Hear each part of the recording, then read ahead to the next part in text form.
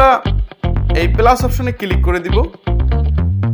Plus অপশনে click করে দেওয়ার পরে দেখুন এখানে 16:9, 9:16, 1:1। বেসিক্যালি আমরা যেহেতু ইউটিউবের জন্য ভিডিও তৈরি করব, তো সেই ক্ষেত্রে 16:9 সিলেক্ট করব। 16:9 সিলেক্ট করার পর আমি এখান থেকে গ্যালারি চলে আসছি। গ্যালারি থেকে আমি যে কোনো একটা ভিডিও সিলেক্ট করে নিলাম। এটাকে আমি লেয়ার হিসাবে, প্রথম লেয়ার হিসাবে রাখবো। কি করবো, আমরা সরাসরি বের হয়ে যাব। আমরা বের হয়ে যাচ্ছি। এখন দেখুন এখানে একটা সেটিং অপশন রয়েছে, এই যে প্লাস অপশনের নিচে আমরা সেটিং অপশনে ক্লিক করে দিব।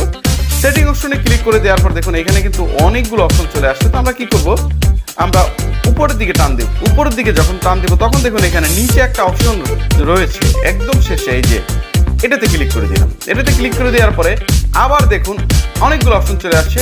তো আমরা এখন আবার উপরের দিকে টান দিব। তো নিচে দেখুন আনলিমিটেড ভিডিও লেয়ার মোড, আমরা এটাতে ক্লিক করে দিব। এটাতে ক্লিক করে দেওয়ার পর কন্টিনিউ এনিওয়ে এটাতে ক্লিক করে দিব।